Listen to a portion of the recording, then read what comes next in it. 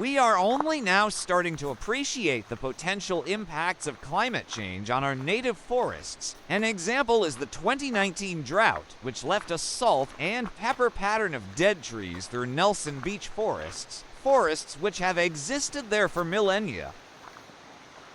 Exotic trees and forests have a long history in New Zealand and are important for a wide variety of reasons, but they are not and can never be a substitute for native forests.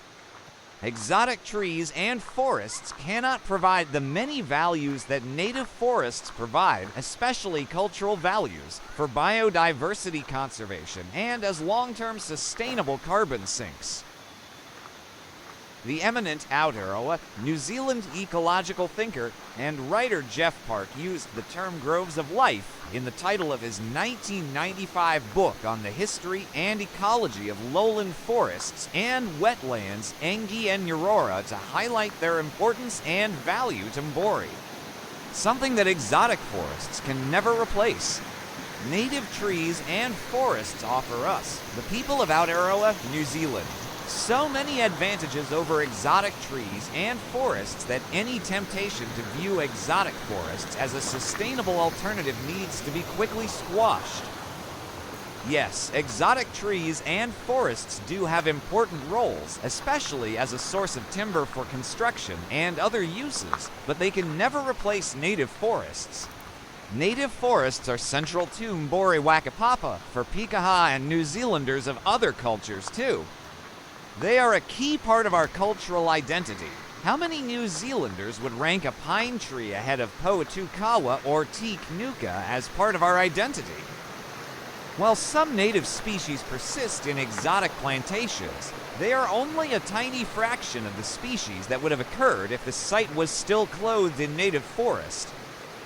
Yes, exotic plantations can play a role in landscape connectivity for some mobile native species, but plantations of exotic trees should never be seen as important for biodiversity conservation. They simply aren't. The importance of exotic forests for long-term carbon sequestration has also been substantially overstated. Because of faster growth rates, exotics and especially pines do sequester carbon more rapidly than natives in the first few decades after planting. But they mature quickly and their value as a carbon store declines, especially when they are harvested. Native forest is a long-term sustainable carbon sink that provides so many other advantages as well. We urgently need to reframe the forest narrative in New Zealand to one that is focused on nature-based solutions if we are to address the many environmental challenges we are facing. Native forests provide so many advantages over engineered plantations or infestations of weedy exotic trees.